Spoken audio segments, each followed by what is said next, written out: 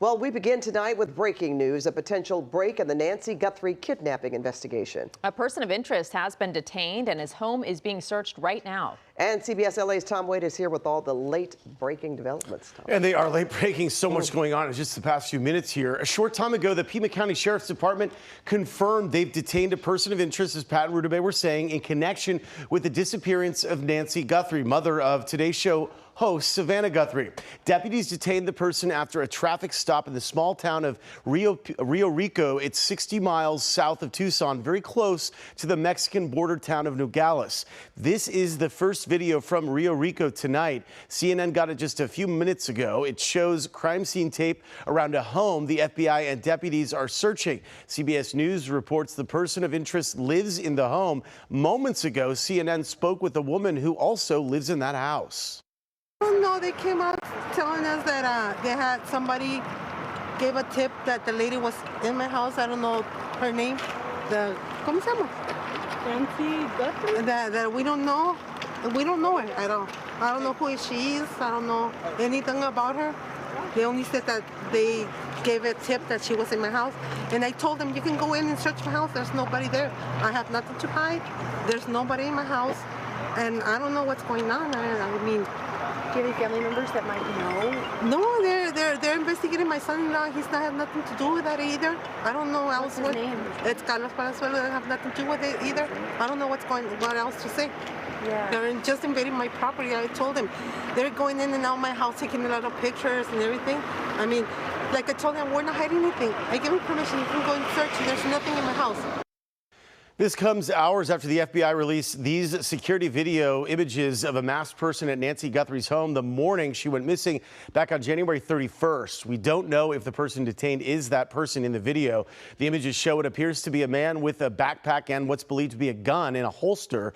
A couple of hours before we learned of the person of interest that was detained, TMZ's Harvey Levin told CNN that there was activity in Nancy Guthrie's Bitcoin account. TMZ was among the organizations that was sent ransom notes. Let's backtrack to last week. A ransom note was sent to the Guthrie family, including a link to a Bitcoin wallet. This was sent to local news stations on Monday night, and it was directed to the Guthrie family, to Savannah Guthrie. So now we're a little bit more than a week later, and sources are looking at that Bitcoin account. Is there any activity there? Could this person have been the one that created that Bitcoin account? Is this somebody who helped that individual get into Nancy Guthrie's home? Could it be that same individual? And at this time, we don't know that. But the sheriff has said that they probably pulled this person over because they were looking for that vehicle. TMZ is also reporting that law enforcement sources tell them that they believe the ransom notes were written by the kidnapper, and they believe that that person is from Tucson. There's been no comment yet from Savannah Guthrie or other members of her family on any of these new developments that are breaking tonight. We'll, of course, keep you posted, Pat. Thank you so much, Tom. So much going on. At least some inertia is being broken. And our breaking news continues with new questions about how investigators were able to obtain that video from the Nest camera.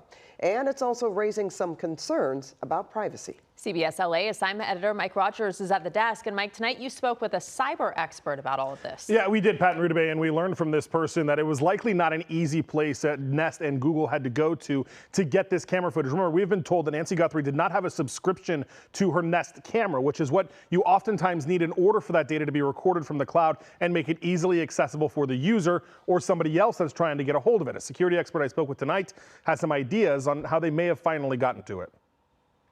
It's slightly perplexing to me, quite honestly, because if the footage was there, even though she did not have a plan per se, I don't know why it would have taken the amount of time it's taken to retrieve the data. The only thing I can think of is that when you do not pay for a storage plan, maybe they cache the data in a certain way where they're not actually using it to retrieve video.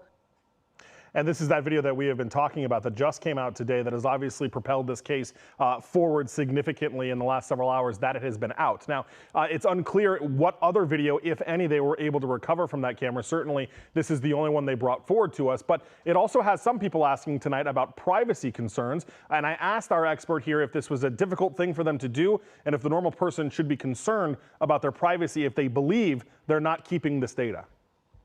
I guess the normal person shouldn't see it as a fear factor, if you will. But the fact that your data is all over the place and your doorbell is attached to your home, which is, then attached to your most precious assets, which are your family.